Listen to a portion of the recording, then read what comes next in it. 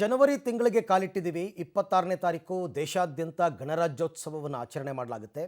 ಬೆಂಗಳೂರಿಗರಿಗೆ ಈ ಗಣರಾಜ್ಯೋತ್ಸವ ಅಂದ ತಕ್ಷಣ ನೆನಪಾಗ್ತಕ್ಕಂಥದ್ದು ಫ್ಲವರ್ ಶೋ.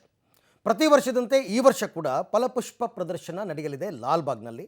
ಹಾಗಾದರೆ ಯಾವಾಗ ಈ ಶೋ ನಡೆಯುತ್ತೆ, ಹೇಗಿರುತ್ತೆ, ಈ ಬಾರಿಯ ಕಾನ್ಸೆಪ್ಟ್ ಏನು, ಇದೆಲ್ಲದಕ್ಕೆ ಸಂಬಂಧಪಟ್ಟ ಒಂದು ರಿಪೋರ್ಟ್ ಇದೆ, ನೋಡೋಣ. ಗಣರಾಜ್ಯೋತ್ಸವದ ಪ್ರಯುಕ್ತ ಲಾಲ್ಬಾಗ್ನಲ್ಲಿ ಫ್ಲವರ್ ಶೋ. ಜನವರಿ 18ರಿಂದ 11 ದಿನಗಳ ಕಾಲ ಫಲಪುಷ್ಪ ಪ್ರದರ್ಶನ. 8 ಲಕ್ಷ ಹೂಗಳಲ್ಲಿ ಅರಳುತ್ತೆ ಬಸವಣ್ಣ ಹಾಗೂ ವಚನ ಸಾಹಿತ್ಯ. ಪ್ರತಿ ವರ್ಷದಂತೆ ಈ ವರ್ಷವೂ ಗಣರಾಜ್ಯೋತ್ಸವದ ಅಂಗವಾಗಿ ಜನವರಿ 18ರಿಂದ 28ರವರೆಗೂ ಫಲಪುಷ್ಪ ಪ್ರದರ್ಶನ ತೋಟಗಾರಿಕಾ ಇಲಾಖೆ ಹಮ್ಮಿಕೊಂಡಿದೆ. ನಗರದ ಲಾಲ್ಬಾಗ್ನಲ್ಲಿ 215ನೇ ಫ್ಲವರ್ ಶೋ ಆಯೋಜಿಸಲಾಗಿದ್ದು, ಈ ಪ್ರದರ್ಶನವನ್ನ ಸಿದ್ದರಾಮಯ್ಯ ಉದ್ಘಾಟಿಸುವ ನಿರೀಕ್ಷೆ ಇದೆ. ಈ ಸಲ ಪ್ರದರ್ಶನದ ಪ್ರಮುಖ ಥೀಮ್ ಅಂದ್ರೆ 12ನೇ ಶತಮಾನದ ಸಮಾನತಾವಾದಿ ಬಸವಣ್ಣನವರ ವಿಚಾರ ಹಾಗೂ ವಚನ ಸಾಹಿತ್ಯವನ್ನ ಸಮಾಜಕ್ಕೆ ಮುಟ್ಟಿಸೋದು. ಈ ಬಾರಿ ಫ್ಲವರ್ ಶೋನಲ್ಲಿ ಬಸವಣ್ಣ ಹಾಗೂ ವಚನ ಸಾಹಿತ್ಯದ ಪ್ರಮುಖ ಘಟ್ಟಗಳಾದ ಅನುಭವ ಮಂಟಪ, ಐಕ್ಯ ಮಂಟಪ, 12ನೇ ಶತಮಾನದ ಶರಣರಾದ ಬಸವಣ್ಣ, ಅಲ್ಲಮ ಪ್ರಭು, ಅಂಬಿಗರ ಚೌಡಯ್ಯ ಸೇರಿದಂತೆ ಪ್ರಮುಖರ ಮೂರ್ತಿಗಳನ್ನ ನಿರ್ಮಿಸಲಾಗ್ತಾ ಇದೆ.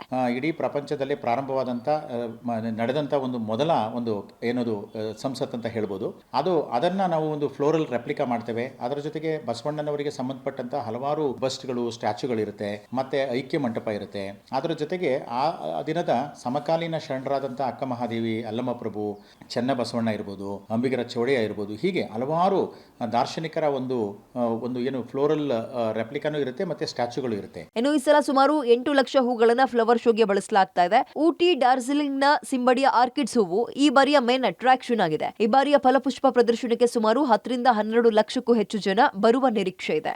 ಈ ಜನವರಿ ಮಾಹಿನಲ್ಲಿ ನಡೀತಕ್ಕಂಥ ಗಣರಾಜ್ಯೋತ್ಸವ ಫಲಪುಷ್ಪ ಪ್ರದರ್ಶನ ಇದೆ. ಇದು ಒಂದು ವಿಶೇಷ ಪ್ರದರ್ಶನ. ಸೊ ಈ ಬಾರಿಯ ಒಂದು ಪರಿಕಲ್ಪನೆ ಅಂತಂದ್ರೆ ವಿಶ್ವಗುರು ಬಸವಣ್ಣ ಮತ್ತು ವಚನ ಸಾಹಿತ್ಯವನ್ನ ಒಂದು ಪರಿಕಲ್ಪನೆಯಾಗಿ ಇಟ್ಕೊಂಡು ಅದನ್ನು ಆಧರಿಸಿ ನಾವು ಫಲಪುಷ್ಪ ಪ್ರದರ್ಶನವನ್ನು ಮಾಡ್ತಾ ಇದ್ದೇವೆ. ಸೊ ಈ ಪ್ರದರ್ಶನವನ್ನು ಜನವರಿ 18ರಿಂದ 28ರವರೆಗೆ ಸುಮಾರು 11 ದಿವಸಗಳ ಕಾಲ ಏನು ಐತಿಹಾಸಿಕ ಗಾಜಿನ ಮನೆ ಮತ್ತು ಲಾಲ್ಬಾಗ್ನ ಪ್ರದೇಶದಲ್ಲಿ ತೋಟಗಾರಿಕೆ ಇಲಾಖೆ ಹಮ್ಮಿಕೊಂಡಿದೆ. ಒಟ್ಟಾರೆ ಸಸ್ಯಕಾಶಿಯಲ್ಲಿ ಇದೇ 18ರಿಂದ ಹೂಗಳ ಲೋಕವೇ ಧರೆಗಿಳಿಯುತ್ತೆ. ಹೊಸ ಲೋಕ ಅನಾವರಣವಾಗುತ್ತೆ. ಮಿಸ್ ಮಾಡದೆ ನೀವು ಒಮ್ಮೆ ವಿಸಿಟ್ ಮಾಡಿ. Aruna Shiraguppi, public TV, Bengaluru.